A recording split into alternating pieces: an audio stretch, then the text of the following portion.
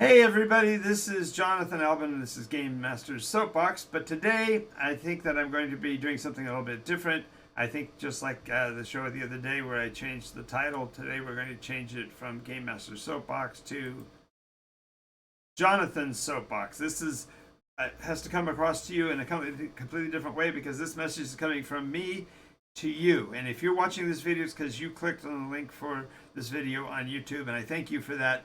But the reason why I want to get this message out to you is that you need to hear it. Everybody needs to hear it. And if you find what I say important, make sure you share with other people. But the first thing you need to know is that you need to teach other people so that you can learn. When we are infants, we have to express to our parents what it is that we need from them, and that is teaching them, even though we are not yet aware of the process of it being actually education. But we teach people in order for them to figure out how we learn.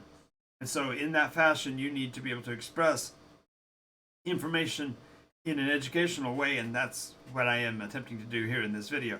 So the next thing is you need to really pay attention and listen to what is being told to you, because the world will constantly barrage you with information.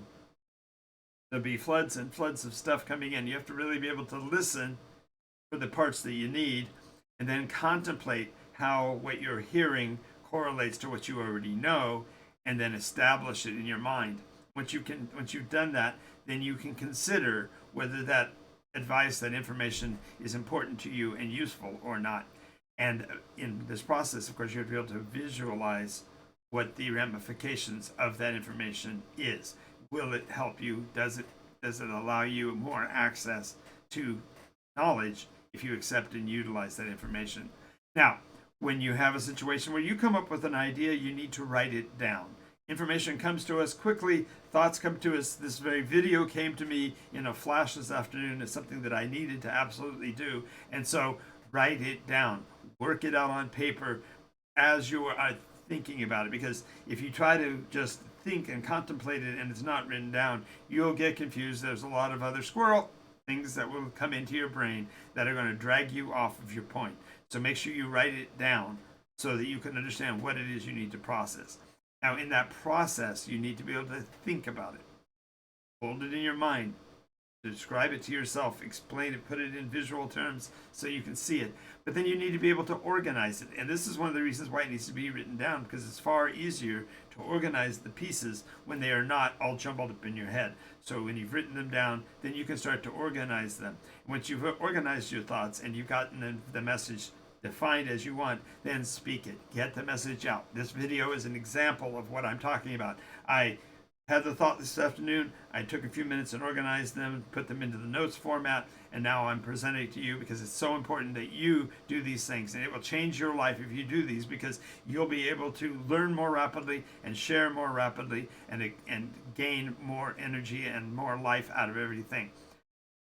When you are doing this, then you now have to be able to speak out your ideas to others. But the speech means you need to be able to watch others as you do so. Now, in this case, I don't have an audience in front of me. As a matter of fact, I have two copies of myself on either side of the screen here, only because that way I can, if I need to, look up to a side and gather information and continue my broadcast. But the idea is that you need to be able to get feedback from your audience. Is what you're saying getting across to them? Are they accepting what you're saying? Are there nods of agreement or head shakes of lack of agreement? When you do that, take cues. In other words, if you are saying something and the audience is looking clearly lost, then take the cues and change things. Maybe you made a mistake and realize this is really critically important. Make mistakes. It's okay to make mistakes. As Captain Kirk once said, mistakes are truly the only thing that are our own. When we accept those things, make the mistakes, and then change and transition from that, we become more useful and more powerful in our message. As a matter of fact, in this case, this message is something that I will probably broadcast 2 or 3 times before I get a final copy, final version that I feel comfortable enough getting to you. So by then you'll have a decent, coherent message from it.